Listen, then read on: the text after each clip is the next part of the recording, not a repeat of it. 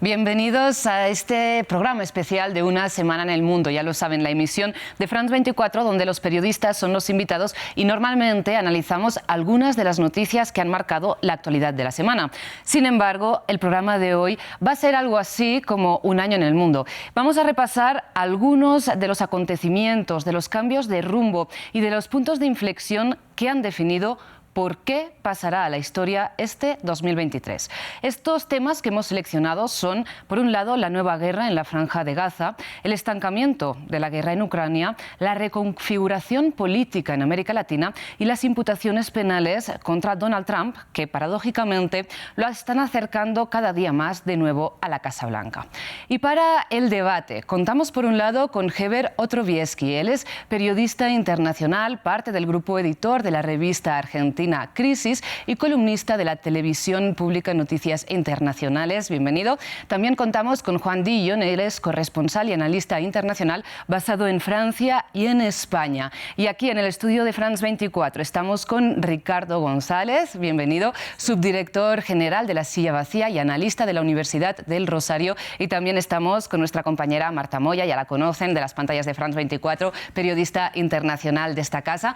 Gracias a todos por estar en esta emisión especial de Una Semana en el Mundo. Y precisamente, como decíamos, como vamos a comentar algunos de los temas que han marcado este año 2023, antes de entrar en materia les quiero pedir que me digan rápidamente cuáles han sido sus noticias, su noticia en particular destacada de este año. Y Heber, empiezo por usted. Bueno, Rosa, muy buenas tardes. Tenemos un conjunto de noticias que son las que señalabas tú hacia el inicio, pero creo que sin dudas estos últimos 2 meses marcados por lo que ha sido digamos, el reinicio y la explosión nuevamente del conflicto en la Franja de Gaza es sin duda una noticia central porque digamos, contribuye en cierta medida a la aceleración de lo que son las transformaciones a las cuales asistimos a nivel geopolítico desde febrero del 22, a partir de lo que fue también el inicio entonces de la guerra en Ucrania. Pues bueno, estos temas los vamos a comentar a lo largo de este programa, pero rápidamente para hacer este repaso, Juan, su tema de este año. Creo que la deriva ultraconservadora, incluso como corolario, si se quiere, de lo que sucede en Israel, ¿no? En este momento en Medio Oriente, un gobierno que ha girado hacia posiciones ultraconservadoras, me parece que desencadenan este tipo de conflictos y hablan de las debilidades de las democracias occidentales. Me parece que ese, de alguna manera, es un resumen de lo que está pasando a nivel mundial. Pues profundizaremos también en esto a lo largo del programa. Ricardo. Rosa, para mí un tema que es sensible para Latinoamérica durante este año es la migración y nos toca mucho a Colombia y a Panamá por lo que está pasando en el tapón del Darién. La migración por esa vía disparada en un 1400% durante este año y el temor de lo que pueda pasar con ese tema de migración ante una posible llegada o regreso de Donald Trump el próximo año. Pues de Donald Trump hablaremos también, Ricardo y Marta, para terminar esta ronda. Pues aparte de los temas que vamos a tratar hoy, yo voy a barrer un poquito para casa y voy a decir la reelección de Pedro Sánchez en España, la ley de amnistía y Pedro Sánchez escribiendo un capítulo más de su manual de resistencia. Efectivamente, Marta. Pues bueno, ahora sí ya entramos en materia, en el análisis de lo que veníamos comentando y empezamos en Medio Oriente, porque en la cuenta atrás ya de este año ha vuelto a estallar una guerra histórica y cíclica. En Israel, en la Franja de Gaza y en menor medida, pero también en Cisjordania ocupada. Los ataques del 7 de octubre, en que Hamás mató a 1.200 personas en territorio israelí, desataron la declaración de guerra de Israel, que ha matado ya a miles de personas, entre ellas miles de niños y niñas en la Franja de Gaza. Nos preguntamos si el nivel de violencia y de destrucción de la ofensiva israelí en la Franja de Gaza ha puesto en entredicho el incondicional apoyo occidental a Tel Aviv. Marta, le hago esta pregunta. Bueno, yo creo que evidentemente sí, porque después del 7 de octubre pues todos los países occidentales aliados de Israel salieron a defender, por supuesto, su derecho a la legítima defensa después de los ataques de Hamás en suelo israelí. Sin embargo, lo que hemos visto en las semanas sucesivas son ataques indiscriminados contra la población civil, Israel diciendo a la población gazatí que se fuera al sur desde el norte y luego bombardeando el sur, decenas de miles de niños muertos, desplazados forzosos y, por supuesto, esto cala, ¿no?, finalmente en la opinión internacional y se traslada después a los gobiernos. Entonces yo creo que efectivamente está siendo un poco condicionado el apoyo occidental a Israel, sobre todo en estas últimas semanas. Se ha visto esta última semana con la tregua, yo creo interesante cómo diferentes gobiernos aliados de Israel han estado presionando a Tel Aviv de que siga con esa tregua y pare su plan de invadir también el sur de la franja o tenga un plan para no matar indiscriminadamente a civiles. Entonces yo creo que en este sentido se han expresado Josep Borrell, el jefe de Exteriores de la UE, se ha expresado Blinken, se ha expresado Pedro Sánchez, el presidente del gobierno español, y sí que está habiendo quizá un cambio de rumbo de la opinión de los históricos aliados israelíes en estas últimas semanas. Por tanto, yo creo que va a ser muy interesante cómo va a seguir ahora el curso de la guerra con esos apoyos pues un poco más presionando a Netanyahu. Marta, mencionabas a Josep Borrell, el jefe de la diplomacia de la Unión Europea, y precisamente quisiera que escucháramos un extracto, un fragmento de una entrevista que concedió a la cadena catarí Al Jazeera. Es una entrevista en árabe en la que él responde en inglés, por lo tanto la hemos doblado al español para que sea más fácil de entender para todos. Veamos este fragmento. National Criminal Court was going to investigate. Hay un Tribunal Penal Internacional que deberá investigar. Varios países han pedido al Tribunal Internacional que abran un caso, pero lo que sucede en Gaza debe ser estudiado y el Tribunal Penal Internacional debe tomar la evidencia para así poder hacer un juicio. Yo no soy un abogado, pero por el número de fatalidades, especialmente de niños, es demasiado alto, como para creer que se está haciendo lo posible para proteger a los civiles, así como lo requiere la ley internacional.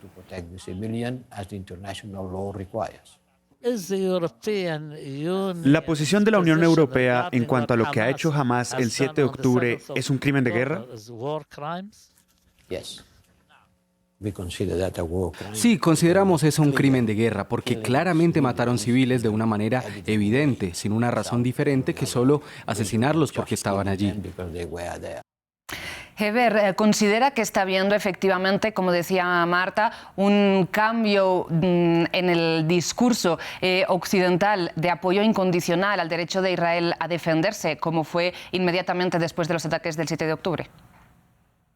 Sí, sin dudas ese es un punto central. Lo vimos al inicio del conflicto, una vez que comenzó la respuesta israelí a los atentados terroristas perpetrados por Hamás y a esas muertes de ese fatídico 7 de octubre, así como también a los rehenes que fueron tomados prisioneros por Hamás. Vimos en un principio una reacción muy fuerte a nivel popular, podríamos decir, ¿sí?, con lo que eran esas primeras manifestaciones callejeras en los países del mundo árabe, pero también, sobre todo, en países occidentales como Europa, claramente el caso de Francia, de Inglaterra y también en los Estados Unidos. Lo que vemos durante estas últimas semanas, y que es lo que abre la perspectiva de tal vez una modificación en el formato que venía asumiendo el conflicto, es que también a nivel político, tanto la Unión Europea, como acabábamos de verlo recién, manifestaciones también de Emmanuel Macron durante las últimas semanas, y muy importante también el gobierno norteamericano, Joe Biden. Recordemos que venimos de unos días de tregua, de cese al fuego a partir de lo que fue este intercambio de rehenes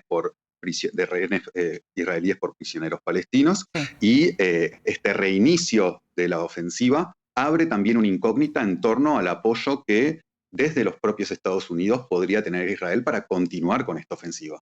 Y lo que estamos escuchando multiplicarse son los llamados a un proceso político para la solución de los dos estados. Juan, le pregunto si 2024 va a ser el año en que veamos reanudarse este proceso del que parece que la mayoría de las partes excluyen a Hamás. A ver, me preocupa fundamentalmente la extensión del conflicto. Independientemente que pueda en 2 meses tener una conclusión por parte de Israel en el manejo de la franja de Gaza. ¿Qué puede pasar con Hezbollah? Esto puede extender el conflicto y también la deriva hacia los países occidentales. Por un lado, la fatiga que tienen frente al cansancio de una guerra como la de Ucrania, que representa cuestiones económicas, sociales muy complejas en todo Occidente, y también la extensión del terrorismo, de amenazas terroristas en Francia, en España, en países que ya han tenido ataques terroristas. Y esto también en la República Argentina como otros lugares del mundo. Me parece que estas son las complicaciones, o este es el escenario para el 2024 en este conflicto.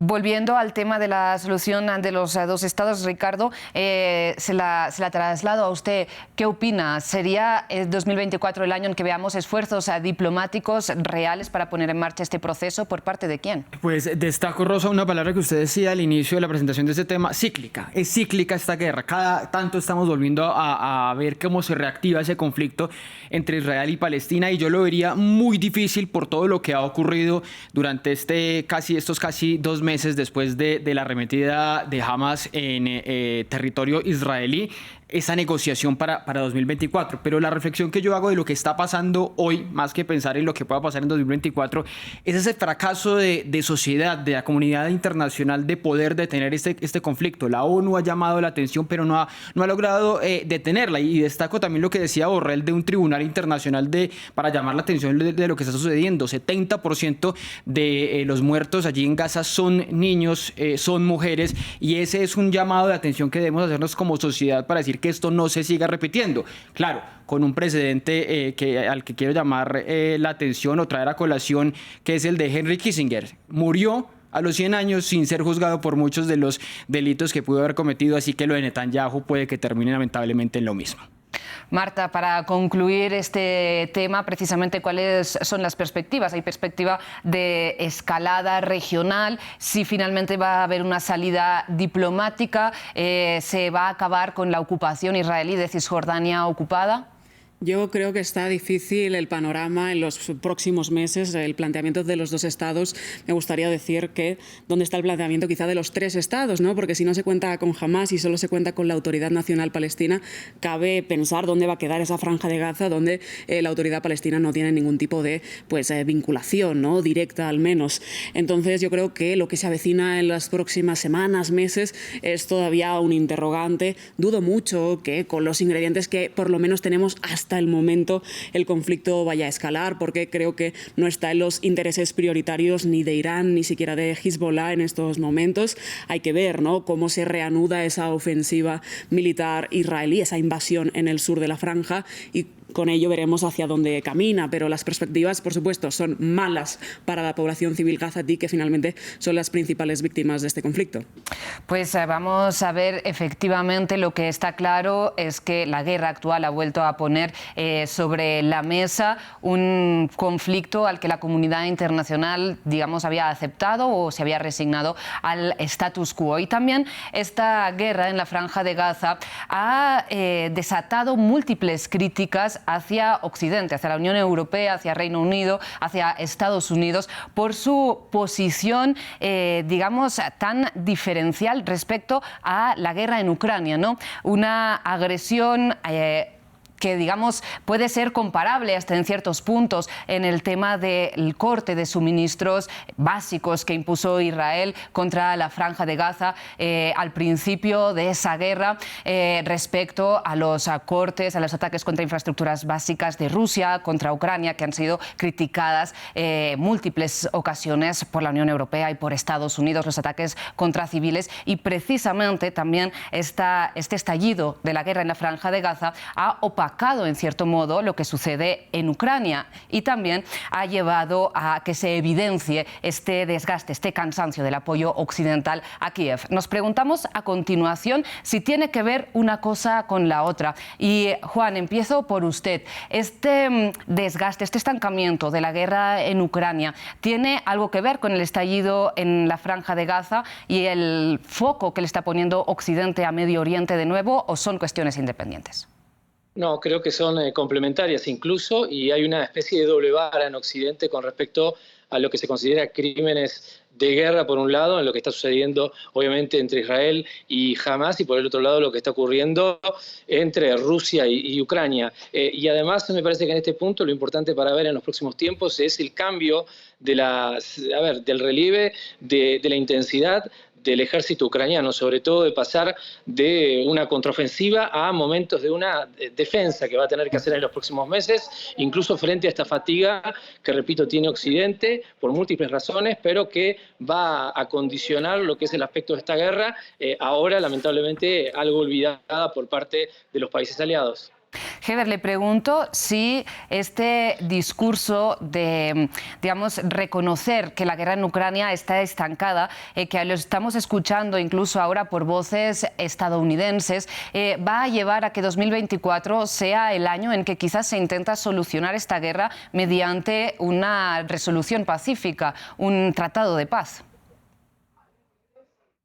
Bueno, todo indica que esta fatiga se ha profundizado, ¿no? Como muy bien lo señalaba Juan, es una fatiga con respecto a este conflicto que comenzaba a percibirse claramente incluso antes del inicio o del reinicio del conflicto en Gaza. Lo que está claro es que hay una necesidad de buscar algún tipo de solución política en el corto plazo, no solamente por el tema militar, que es fundamental y es central, sino también por los financiamientos. Recordemos que Ucrania es sumamente dependiente en términos de material militar y financiamiento de las potencias occidentales que están apoyando a Ucrania en este conflicto, claramente Unión Europea y sobre todo los Estados Unidos. Y no olvidemos, y creo que lo vamos a unir esto con otro de los temas que nos va a ocupar, que 2024 es un año de elecciones en los Estados Unidos, donde todo parecería indicar que hay grandes chances de que quienes puedan ganar las elecciones sean aquellos que están abogando por reducir el financiamiento en el marco de este conflicto a Ucrania. Así que ese no es un tema menor y existen, por lo tanto, posibilidades de que la vía diplomática o política cobre una mayor relevancia de la que tiene hasta el momento. Efectivamente, como bien lo señalaba Heber, los republicanos ya se han opuesto a mantener esta financiación a Kiev y priorizan la financiación a su aliado Israel en estos momentos, hablando de apoyo militar. Ricardo, le pregunto precisamente por lo que destacaría de cómo ha evolucionado esta guerra a lo largo de este año, que pasó de estar en el foco mediático con promesas, además, foco mediático y diplomático, con promesas de tanques Leopard, Abrams, de aviones caza F-16 que Occidente debe mandar a Ucrania a estar en un segundo plano. Pues particularmente, Rosa, ha habido como una mirada detenida de lo que está sucediendo allí. Incluso vi muchas notas de prensa en las últimas 2 semanas, bueno, cuando se cumplió el mes del conflicto en Gaza, en la Franja de Gaza, de muchos medios diciendo qué pasó este mes en Rusia mientras todos estábamos mirando, porque la mirada del mundo por la condición del conflicto, por lo que estábamos hablando ahorita de que era cíclico, por la violación de derechos humanos en Gaza, pues era sobre eso. Entonces todo el mundo se desconectó de lo que está pasando en Rusia y Ucrania, y ahí lo que estamos evidenciando son 2 cosas: un punto muerto en el que nadie logra avanzar. Digamos que la contraofensiva ucraniana logró avanzar unos kilómetros frente a lo que había tomado Rusia. Rusia se mantiene en un 17% más o menos del territorio ucraniano, así que ahí no hay de dónde. Yo destaco lo que dicen Heber y Herbert y Juan, que es lo del punto muerto y el desgaste, que es lo que va a llevar a la resolución de la guerra. Así que me quedo también con la pregunta anterior, con dudas sobre si un acuerdo de paz va a ser posible. Yo creo que el conflicto se va a prolongar lastimosamente el próximo año. Marta, hablemos ahora de cómo ha sido la evolución de este conflicto por la parte rusa, donde el grupo Wagner, este grupo de mercenarios, ha jugado un papel fundamental con un auge y una caída sin precedentes. Así es, Rosa. Primero que todo, yo quiero destacar que en el punto en el que estamos en la guerra, yo creo que se puede decir casi un éxito de Vladimir Putin, que buscaba una guerra de desgaste cuando la atención mediática se desvía, ahora mismo pues hacia la guerra en Gaza, pero se podría haber desviado hacia otros acontecimientos, y esto le hace pues ganar más terreno, no quizá físico en el terreno, en el campo militar, pero en el terreno del relato, ¿no? Le hace ganar a Vladimir Putin. Acerca del grupo Wagner, bueno, pues ha sido un año muy importante con esa toma de Bakhmut después de muchos meses de lucha, ¿no? Casi 10 meses, y después de la toma de Bakhmut, pues ese asesinato asesinato, no sé cómo decirlo, muerte casual, muerte en extrañas circunstancias de Yevgeny Prigozhin, y con esa asonada que protagonizó el grupo Wagner hacia Moscú, ¿no? Esa rebelión guión que finalmente pues después ocurrió con todo esto en el mes de agosto, ¿no? Ha sido un mes muy importante en este aspecto porque un grupo de mercenarios puso en jaque por primera vez quizá la credibilidad del gobierno ruso y de la figura de Vladimir Putin después de muchísimos años, que casi era pues un líder zar, ¿no?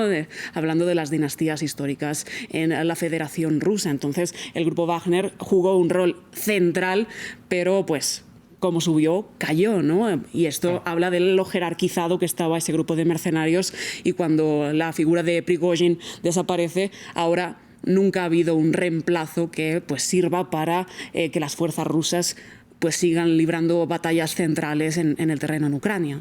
Pues seguiremos esta cuestión, y antes de terminarla, de cerrarla, Juan, me gustaría preguntarle por cómo precisamente la guerra en Ucrania, entre otros puntos del tablero geopolítico, han evidenciado este año esta competición que también pasa ahora por el campo diplomático entre China y Estados Unidos.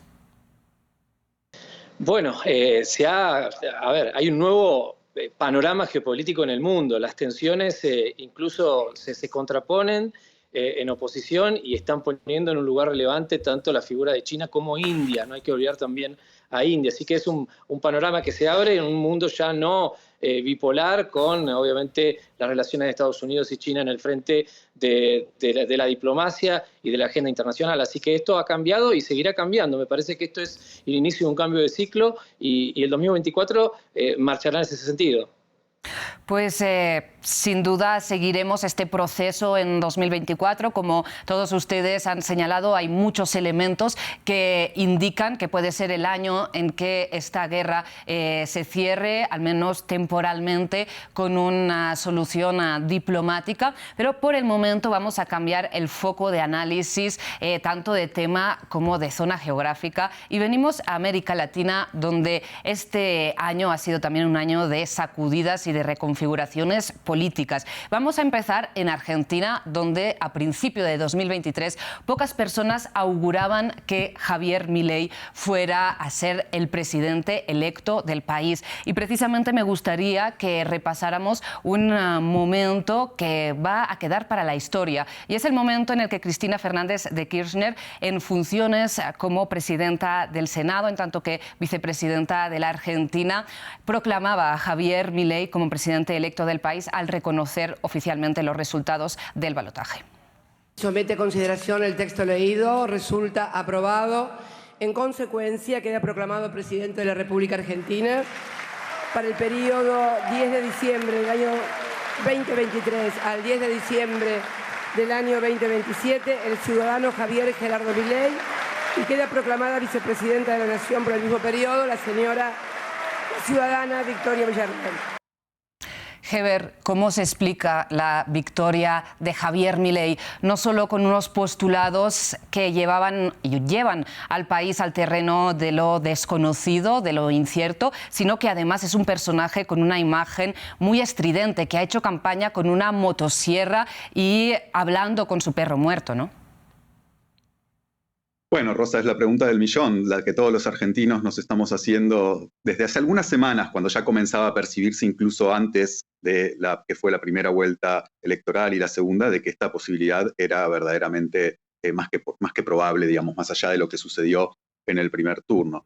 Sin dudas estamos frente a un sistema político que está en crisis. Uno, esto también con lo que señalaba Juan al inicio del programa, uno de los temas, por lo menos, de América Latina, pero creo que también más allá, es la crisis de representación y la crisis de la democracia en su incapacidad o dificultad para dar respuesta a los problemas concretos de los pueblos. Es lo que vivimos claramente en Argentina, donde venimos de dos ciclos, que lo podríamos resumir muy brevemente como en el inicio, digamos, del nuevo siglo, lo que se llamó el superciclo de las commodities, donde Argentina logró en cierta medida crecer económicamente y redistribuir a partir de los altos precios de las materias primas, a ese ciclo gobernado por la centroizquierda, por lo que en Argentina se denominó el kirchnerismo, lo sucedió un ciclo de superendeudamiento o endeudamiento, podríamos decir, piloteado por la centroderecha más tradicional, y frente a esos dos fracasos y el del último gobierno, de una suerte de regreso bicéfalo o sin capacidad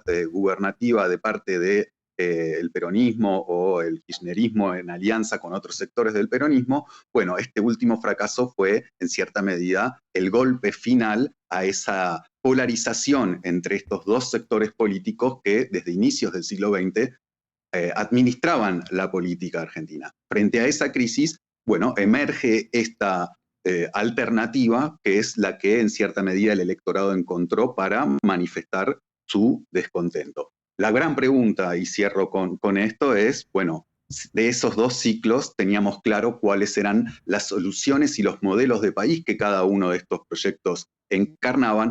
En el caso de Milei, bueno, todo hace pensar que el nivel de improvisación es muy alto. Vamos a ver lo que sucede en estos próximos días. Estamos en plena asunción del gobierno que recién va a asumir el 10 de diciembre. Precisamente, dice Heber, el nivel de improvisación puede ser alto, pero ¿cómo podemos anticipar que afecte este mandato de Javier Milei en Argentina a la región latinoamericana? Ya ha dicho que no acepta la invitación finalmente de entrar a los BRICS. Yo recojo eso último de la improvisación hacia el lado de que vamos a, yo creo que a empezar a percibir una feria de promesas incumplidas por parte de Milei. La imposibilidad de eliminar ya el Banco Central, la imposibilidad de romper relaciones con China, un socio clave para lo que se ha llamado Argenchina, por esa relación tan cercana entre Argentina y los chinos, la imposibilidad de cortar relaciones con un país tan cercano como es Brasil ante esas diferencias ideológicas, así que y la imposibilidad de eliminar ministerios como el de educación. Ya se anticipaba que va a haber un secretario de educación con Milei, así que todo eso va a empezar a repercutir hacia la realidad de los argentinos de que todo lo que decía Milei en campaña no va a ser posible. Y mirando hacia Latinoamérica, es muy probable que, como se ha empezado a leer por parte de muchos analistas, empecemos a ver una reedición de Bolsonaro con Milei, un mandatario de la región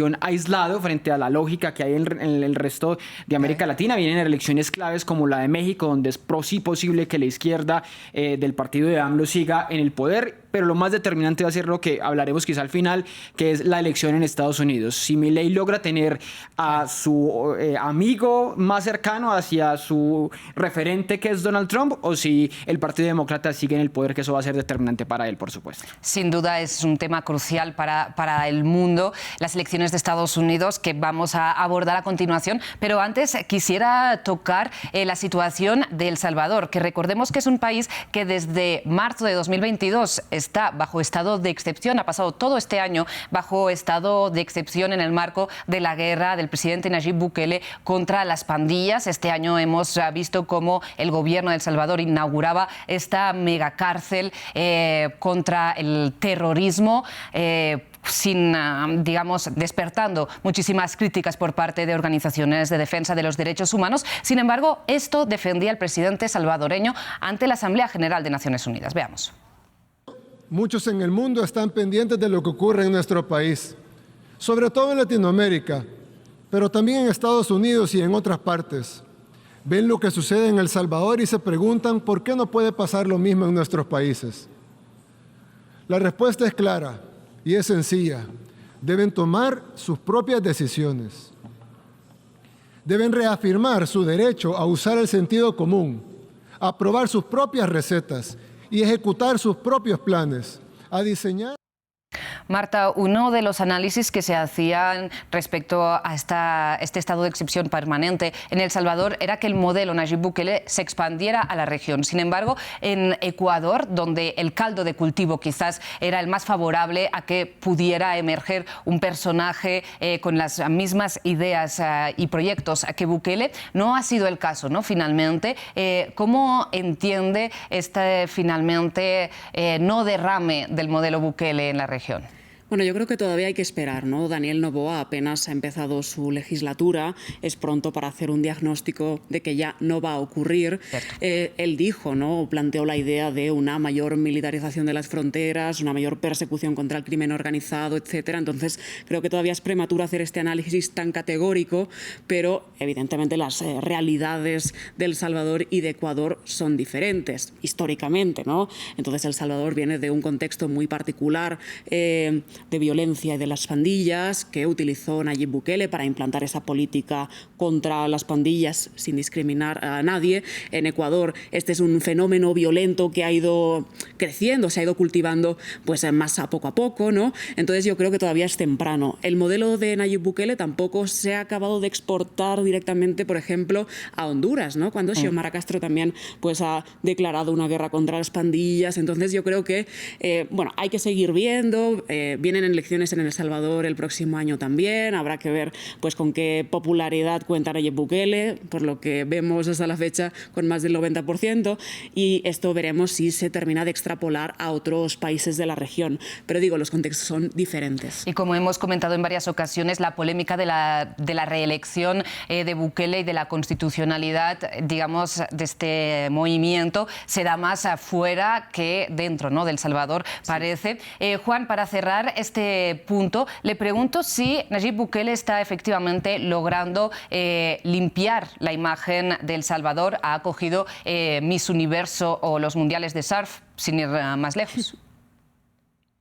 Yo creo que son contingencias de los procesos sociales que están viviendo, repito, las democracias liberales, y me parece que, como decía mi colega, no hay que determinar o no hay que concluir con ninguna de las alternativas que puedan suceder en Latinoamérica. Con la repetición, incluso Milei pueda convertirse, si bien las limitaciones de poder que tienen, en un gobierno iliberal, como dicen aquí en Europa, con restricción de Estado de Derecho, de acuerdo a las agendas que puedan marcarse situaciones económicas, sociales, etcétera.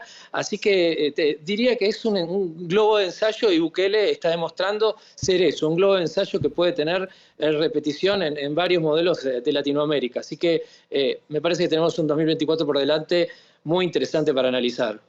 Pues vayamos a analizar 2024 con este tema que han comentado los cuatro, y es precisamente este año de elecciones en Estados Unidos, donde Donald Trump va a jugar un rol clave. Y es que recordemos que el 30 de marzo de este 2023, Donald Trump se convirtió en el primer expresidente de Estados Unidos en ser imputado con cargos penales. Y, sin embargo, cada cargo penal que le han imputado este año, que ya son cuatro procesos, lo acercan un poco más a la Casa Blanca. Él tilda cada uno de estos procesos judiciales como una persecución política para intentar evitar su reelección. Para cerrar este programa, porque ya nos quedamos sin tiempo, les pregunto a cada uno de ustedes cómo puede influir la elección de un nuevo presidente en Estados Unidos, no solamente a Estados Unidos, sino a todo el mundo. Juan, empiezo por usted. A ver, simplemente, voy a hacer incluso un pronóstico. Creo que gana finalmente Donald Trump las elecciones en el 2024, va a repetir en la Casa Blanca.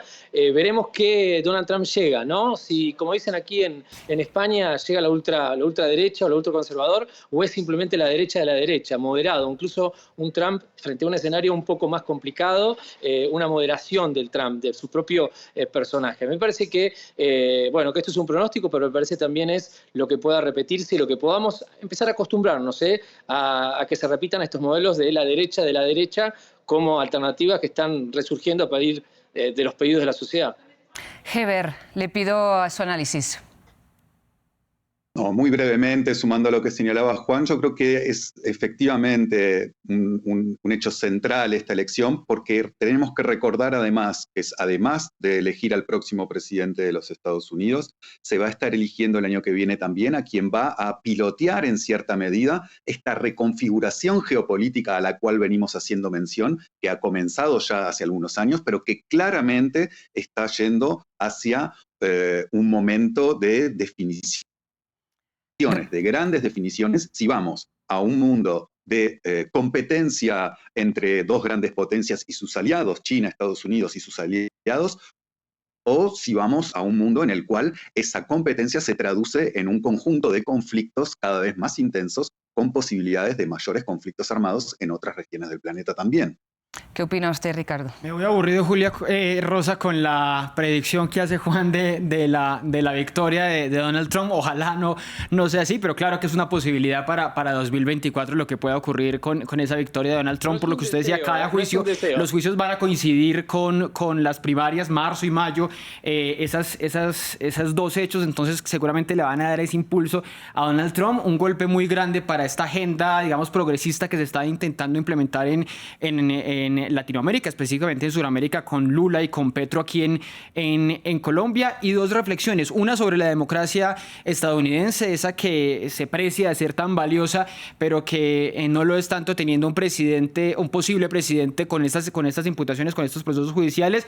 Y por otro lado, esa crisis de liderazgo en Estados Unidos. Vamos a volver a ver a dos candidatos, a Biden y a Trump, unos hombres octogenarios en la boleta de noviembre del 2024.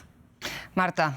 Bueno, pues algunas claves. Yo creo que importantes los procesos judiciales, sobre todo el tema del asalto al Capitolio, esa enmienda 14 de la Constitución estadounidense, que es la que quizá le puede poner más aprietos a Donald Trump si llega a reelegirse, pues si se termina de radicalizar esa polarización interna en Estados Unidos. Y en el mundo externo yo creo que tres factores clave: Irán, China y Rusia.